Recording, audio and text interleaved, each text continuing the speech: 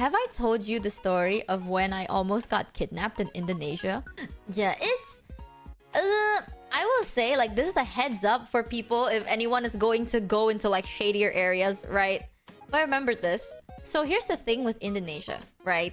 If you want to get high quality, cheap shit, you have to go to the shadiest places. I wish I'm lying to you, but this is the truth. If you want, like, rare, good quality, and affordable, the shadier, the better. And this was very important to me back then. Like, this was during my early years in college, right? Yeah, back alley shit. We had to buy a lot of, like, fabrics, a lot of materials, and you can buy it online. You can buy it on the stores, but it usually costs a bit more expensive. And here's the thing with fabric. You can choose to do two things. You can either buy it per meter or as a roll. And a roll is like a bulk. A roll usually has around 40 meters. And unless you're working for a company, you don't really need 40 fucking meters of the same fabric, right? So sometimes for, like, students, you just need like 1.5 meters, 2 meters, 3 to 4 if you're making a dress. So there is a market that a lot of people go to get these things. And I know there's an area, like, you have to go through like really thin alleyways, like dark as fuck, dingy alleyways. And when I say dingy, I mean dingy. Like, it's not just an alleyway that's empty. In the alleyway, there's like small little stores around, so there's like people, but the stores are kind of like, it's jam-packed. Only one person fits, but then there's so many people that, like, you basically have to like shovel your way through, right? It's kind of like a fight for the best goods kind of a thing. A lot of locals know about it. If you're not used to like buying stuff in the market, this is not a place for you. But if you're used to like bargaining and you love bargaining, you know, like, how much does this cost, sir? Oh, it's like 10 bucks. I want to buy this for 50 cents. If you're the type of person that finds joy in that, this is the place for you. Because you can do whatever the fuck you want in this area. So, here's the story. One time, I went to this market, right? I went through this like very thin alleyway. And the alleyway is kind of like a street. Imagine like main roads with like very dingy alleyways that connect like two main roads. But if you go all the way across the alleyway, you'll meet a main road anyways, you know? So it's not like it's like an alleyway that reaches another alleyway. The alleyway is just like one area. And then you reach, like, in the end of it, it's a main road with more alleys. So I was in the main road trying to go to like a specific tiny alleyway that I need to go to. But during this main road thing, there were like a group of like people selling goods. And this is very, very common, right? People would be like standing on the side of the road being like, hey, there's a sale in our store, like 50% off for jeans, 50% off for clothes. Like, people will start doing that. It's a very normal thing. It's loud, it's rowdy, but it's the market, you know? So a lot of people would be doing that. One time, as I was walking through the main alley, on the left, I saw like this store that sells like jeans. Specifically, like jeans, kind of street clothes, like denim jackets, denim pants, stuff like that. And on the store, there's like massive like promotion deals, like plastered all over, right? And there was one guy standing there with like small little coupon papers. And he's like, you know, hey, do you like, you know, 50% off for jeans, 50% off for clothes, come to the store. And he's like handing people coupons. And something that I realized was a bit off was this one guy, he didn't really speak up. You know what I mean? Like, it is kind of like secondhand. It is like used jeans. Yeah, it's like a thrift store basically. But thrift stores in Indo, I don't really know. Sometimes if it's a big building, the thrift stores could be a thrift store or it could be like not really a thrift store, you know? But this guy, something I noticed, he's not loud. Like, he's so soft. The way he would do it is like 50%, 50%, like that. And that's weird. I know it's like, oh, he's shy, but you don't get hired to do that. You know, usually these people work off of commission. So most of the time you'll hear like the loudest, the voice of a god just booming through the roads being like 50% off. Like, the uncomfortable part is sometimes they will like run up to you and like force like a coupon onto you, right? Like, that's how much they want to earn commission from this. But this one guy, he's so tame. Like, he doesn't speak up. He's very calm and collected, and he's just like standing there, kind of like looking at people and muttering to himself a little bit. And I remembered, like, I guess I looked at him for too long, because then our eyes like locked in. Like, he looked at me and I was looking at him, and he realized that I was looking at him. So then he came up to me, and I'm very used to dealing with shit like this, right?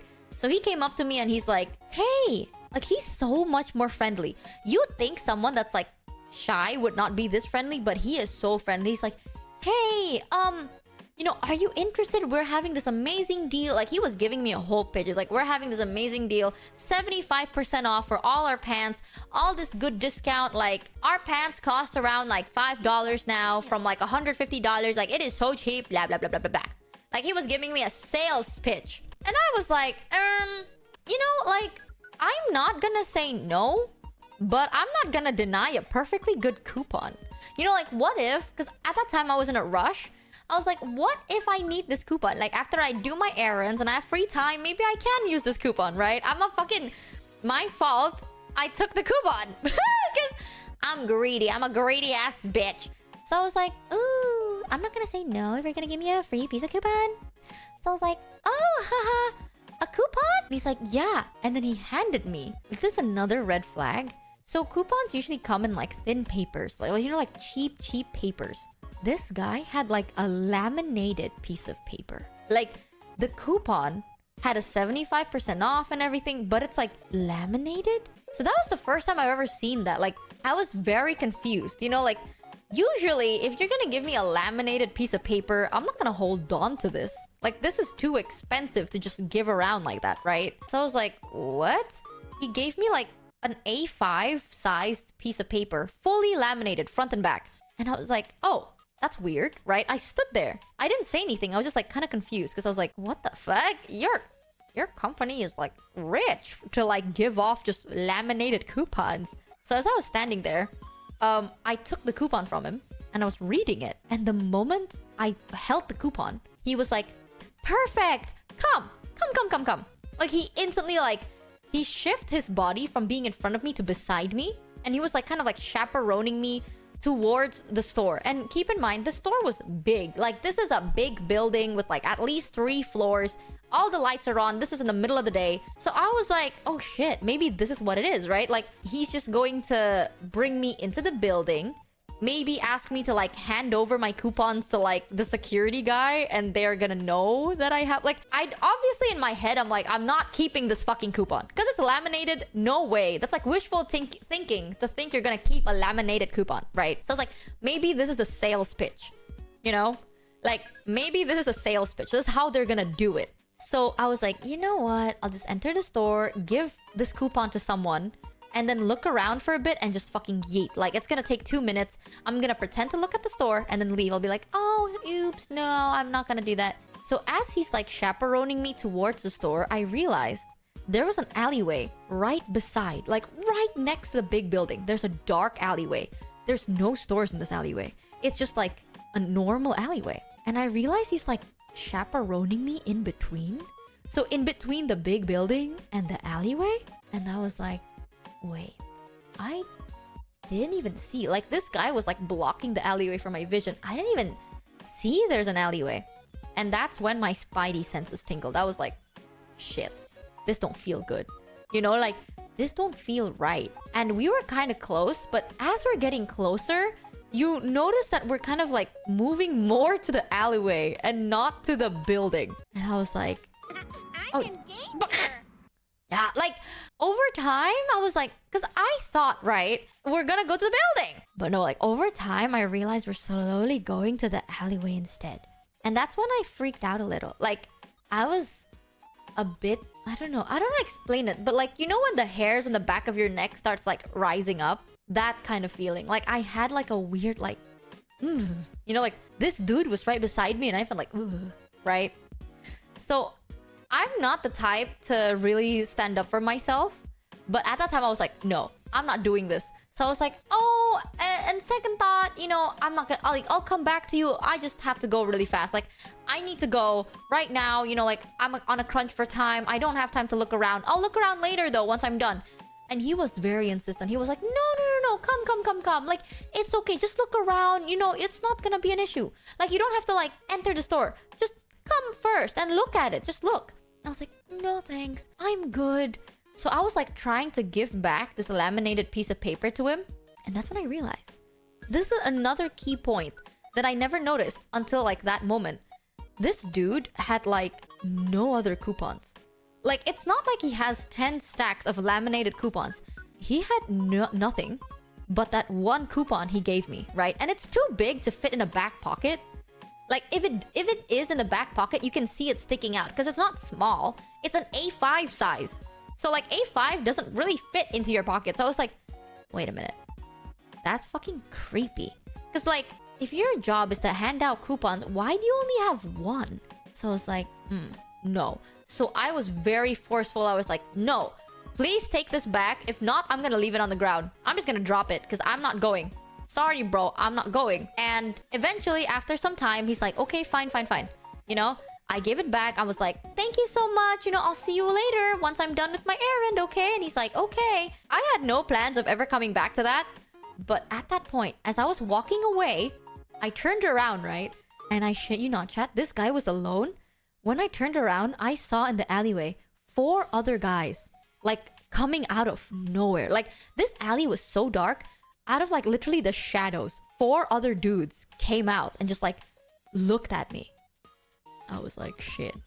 I'm gonna be real. The dudes weren't big. Like, they're adults, but they're tall and, like, skinny. But, like, I'm a short, skinny girl, okay? 4 tall, skinny men, I would not win. Like, as much as I want to, like, be like, nah, chat, I'd win. Fuck no! I'd lose! That's like 5 tall, skinny. I don't care if it's skinny. They're 5! And I'm 1! So I was like, nah, bro, I'd lose. I'm not John Wick. So I was like, But yeah, I saw 4 other guys, like, walked out of the, like, the shadows of the alleyway. And the creepy thing is, they deadass look at you. Like, these 4 guys, like, look at me as I walked away. And I was like... Now, I'm not saying that shit was scary, but the red flags were blaring, okay? Blaring. Like, 2 more steps and I would have been kidnapped. I'm gonna be dead ass with you. That is creepy. So, that was one of my creepy, one of almost getting kidnapped. Well, to be fair, I wasn't really kidnapped, but it was an almost thing. It's not like they physically manhandled me or anything. Perfectionist Michi X300. Those is odd. The rival shaman clan almost got you. Oh, man. Yeah, that's the thing. You know something that's kind of more messed up? Like, if I were to... like, at that time, I remember telling the story to one of my friends. And they were like... My friends, my age, would be like, oh my god, Michi, like, I'm so happy you're still here with us. But I remember telling adults this story and they're like, ah, you are stupid lah. That's a ploy. Like, I remember... Apparently, this is so common, right? This is so common to do. But yeah, I hate to say this. It's not like it's rampant, but Indonesia is a nice place, but definitely not completely void of any criminal activity. You know, like there are criminals in every country, right? In Indo, it's just easier to look the other way sometimes. Like, I hate to admit this. I fucking love my country. Please don't get me wrong. Like, I'm not saying this isn't like, oh my god, Indo is a bad place. Hell no, Indo's a great place if you know where to go. That's why I really recommend if you're going to Indo, please go with either like a local or a local tourist, right? Because they will show you the nice, safe place to go. Because if you go to like the shadier areas, no one's really gonna give a shit. And like, it's so common that I remember telling, like, there's this guy that I usually go to, like a warung, like a street food vendor guy. I always go to him every like 2 days to eat there. And I remember telling him the story and he literally brushed it off. He was like, oh my god, like that's common. Like, it's a ploy. It's a very common ploy. Like, it's either they're trying to kidnap you, sell you, or like do anything bad. But like, yeah, it happens a lot in that area. Just like, be careful. I'm glad you're like not stupid. So yeah, just be careful. Like, but here's the thing, okay? Having someone say that to you so nonchalantly is so fucking creepy. The fact that this guy wasn't even like scared. You know, the owner of the street food wasn't even like, oh my god, Michi, that happened to you? Like, he wasn't shocked. He was like, oh yeah, no, that happens. Yeah, glad you're safe, but like, it is what it is. That's a thing, apparently. Yeah, not the first time he heard that story, am I right? I'm telling you, dude, the amount of like survival tips I get are from the owner of street vendors. They give you the best survival tips. I don't know what to tell you. Yeah, the vendors I go to, they are usually like 60-year-old men. They give you the best advice. Like, they're like a safe point. I don't know how to explain it. Yeah, they'd be like, yeah, probably, oh, they're probably trying to sell your organs. But like, they mean what that's not a joke. They're not kidding. It's like, they're probably trying to sell your organ / serious. But they say it like it's a joke. Because it's just, they're so, I don't know. They've seen shit. I swear to God. Well, I think the creepiest thing, like, it's not creepy, but this story, I think you have to understand, chat. Like, I am used to getting catcalled, not because I'm hot. Like, literally, I wish it was that. No. I'm used to getting catcalled because I like wearing short pants. And I don't mean hot pants. I mean, like, slightly above your knee pants. Okay? Like, I would wear shorts that are, like, thigh level. Like, lower thigh. I mean, like, 4 centimeters above your knee. So that's not even like a hot pant. Nothing is hot about it. But people will catcall you. The thing that got me so like, it hardened my soul to catcalling. I swear to God. This like made me so numb. Like if people were to be like fit few. You know, like if you walk through the streets and someone's like, hey baby girl, fit few. Like if they do that, literally light work, no reaction for me. You know why? Here's the thing. I remembered this hardened my soul so much. I went to the market one time in broad daylight. Not at night. Broad fucking daylight, right? Sun is rising, heat is high, it's fucking hot, everyone's sweaty. No shit, I'm gonna wear like above my thigh pants. And there was like a guy that I passed by and he was like catcalling me. Because I have very like light skin. So he went from catcalling me positive in bracket, even though it doesn't exist, but like he would call me, you know, like, hey, good looking, shit like that. To like full on racist remarks. Okay, like bro pulled all the stunts, like all the shit.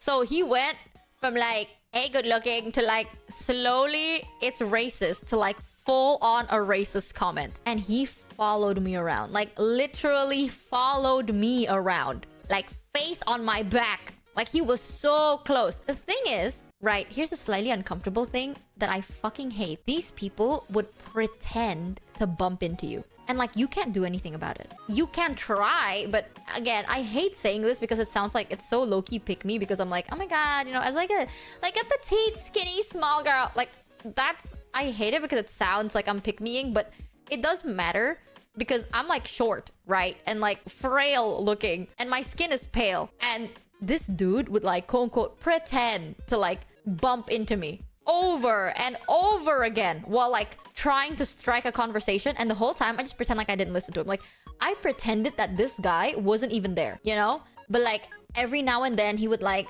oops, ha ha ha, maaf ya non, kayak gitu, maaf ya kak, like, oh sorry big sister, like, sorry girly, I didn't mean to like bump into you, oops, I'm so sorry girl, I didn't mean to bump into you, over and over again. For so long. Like I went from like the alleyway all the way into the market, outside of the market. That's like a 10-minute walk. He was following me the whole time, pretending to bump into me and shit.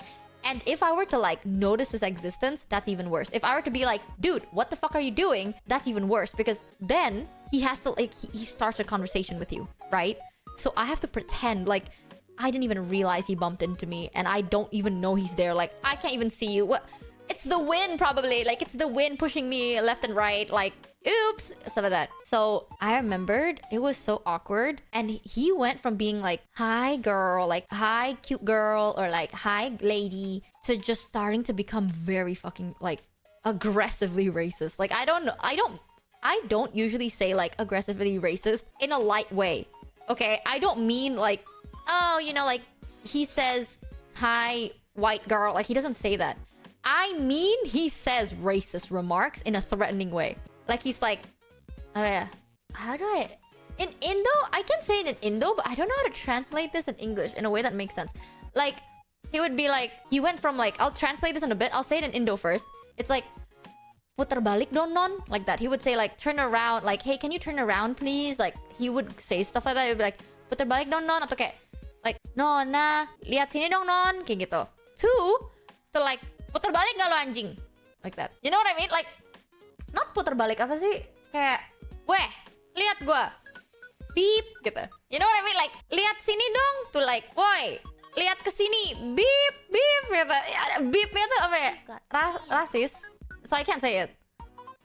I don't know how to explain it. Like, he went... Okay, the best I can explain it, in an English translated way, he would go like, hey, can you turn around? Like, turn around, pretty girl, turn around. So like, oi, like, look me in the eye, you beep.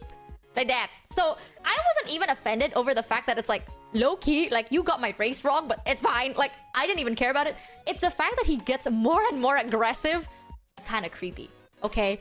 And the scariest part, I don't even smell alcohol on this dude. Like, you know, you can smell, like, if someone's been drinking, you can smell that. I didn't smell it. So for all I know, this guy is either like, he's just creepy or he's on some drugs. Like, either one. Because this dude is not drunk. Like, I know how a drunk person smells like. I have a very sensitive nose. I know how drunk people smell like. This dude was not drunk. He does not have the smell of alcohol on him. So it's either he's crazy or he's on drugs or both. And that's even worse. Okay, like, nuh-uh. So this guy kept going like that. And at one point, I saw there was like a residential area. I don't even live there. But there was a residential area. And there was like a security guard there, right? So I went to the residential area and like I passed by the security and I remember being like, mas, like that. So mas is like an endearing, not endearing, but it's like a polite way to say like, sir. So as I was like walking super fast. Like I wasn't trying to run because I'm scared if I ran, he would grab me because it's very common too. Like if you run, people will grab you. So I was like fast walking. I was like, to like the gates of the residential area that I don't even live in. And I was just like, I saw the security guard and I was like, sir. And I was like, sir. Like I did not even have the balls to be like, help me, sir. Like I just kept saying like, sir, please. I was like, sir. Like while making dead ass eye contact with the security. Thankfully, the security helped me out. He stopped the guy, right? He was like, oh shit, this guy's following her. So the security stopped the guy and I just kept walking forward. Like I didn't even turn around. But I heard, right? I heard the conversation. This guy that was following me was literally saying like, it's her fault. Like she's wearing that. So like, can you really blame me? Like, can you really blame me for what I did? She went there dressed like that. Girl, you know how I dressed like? Oh my God. Literally need to show you like, you know what I wore? This shit. Imagine this, but the shirt is it's longer sleeves. Like the sleeves cover my elbow. Like this. This was my fit. But like not see-through, okay? Like it was a normal shirt that covers all the way to my elbow, not see-through, and pants that are this long. Like this! And the guy was like, oh my God. I mean, it's her fault she wore that. So like whatever, you know what I mean? Like that's what he said. And I remember I was like, bro, at this point, nothing phases me. Like, no, that's why I fucking hate it when people are like, It's like, oh, if you don't want anything bad to happen, don't go to bad places and don't dress provocatively. I went to the market and I looked like a sack. I look like a sack. Okay, I dress up my bolster better than how I dressed myself. I smell like shit. I haven't washed my hair on purpose because, listen, you cannot negotiate for items if you look good. Okay, you need to look like you don't have money if you want to negotiate and succeed. So like, I dress like shit. I look like shit. Ever since then, I shit you not, if someone's like, hey, cute girl, turn around. Like, it does not faze me. I'm like, whatever. And that happens quite often. Like, to me, at least. I don't know why. That's why, low-key, I fucking hate going to the market. Nowadays, I prefer to just go to a normal store that's in, like, a building and not the market. Even though it's, like, 10 times more expensive. It's just not worth it, dude. Like, when I was younger, I still had, like, the mental capability to just let it be. But now that I'm getting older, it's just not worth. It's dead edge. Bring pepper spray. You know, one time I had pepper spray and then I don't know how, but it doesn't even work. Like, it won't come out of the nozzle. So I was like, fuck this. Thank God I tested it a little bit because I was like, okay, time to see if the pepper spray works. It doesn't even come out of the nozzle. I don't know why. I bought the shit one. Yeah, my sanity isn't worth the expense. Nuh-uh. Or I'm not going out alone. To be fair, pepper spray is kind of good in Indo, but it's not like very common. Sadly enough, not everyone right. Nowadays, more people are like nicer. But back in my day, I can't say anything about really going out now. I don't go out anymore. Like, I used to, but not anymore now. But back in my day, victim blaming is a very common thing. Like, there is like a ranking. So usually if you are a WAF man, then you're probably... It's either you are wrong or your husband sucks. That's either one. It's like, oh, your husband can't take care of you properly. But like, you're not the victim, really. Like, being a victim doesn't really exist unless you are like a popular celebrity. Then you are a victim. You know, like, unless it's like, oh my god, this popular celebrity got harassed. It's like, no, sad cry. But if you're just a normal common folk, right? People are like, yeah, your fault lah. Why you go here? Or like, why you go at this time? Why you go alone? Where's your husband? Where is your dad? Like you go here without a man. Your fault lah. Like, I know that sounds so stereotypical because people are like, oh my god, that sounds so stereotypical. That's not real. That is very common at my time. Okay, I don't know now. I think it's better now. But back then, that's usually the advice I get where I'm like, oh my god, you know, I want to go to the market, but I don't want to get harassed. The comments are always like, then bring your dad, bring your boyfriend, bring your brother, bring your husband. Like, it's always like, bring a man. If you don't bring a man and you get harassed, then like low-key, just tank it 5 head. You know? Or it's like, what the hell? You're not raised right lah. Like, where is your dad lah? Like that. It's sadly more common and we accept it because then you can't do anything. It's like, yeah, okay lah. Yeah, a long time ago. But I think now it's better though. Yeah, Southeast Asian country. Like this, keep in mind, this doesn't happen everywhere, especially if it's like in the high-end areas. Not common. This usually happens in like the not as high areas more. You know, like, but they sell such good cheap shit. If you can haggle a price, maybe it might happen there. Is the best way I can explain it. Yeah, like it's not the fault of the people for behaving like animals. It's your fault for not bringing a man. Kind of. That's why you have to understand, chat, why like marriages are seen as a very big thing here. Especially when I was growing up, I was kind of like told that like get married as soon as possible. Especially if you're a woman. Like a lot of women back then are told to get married as soon as possible.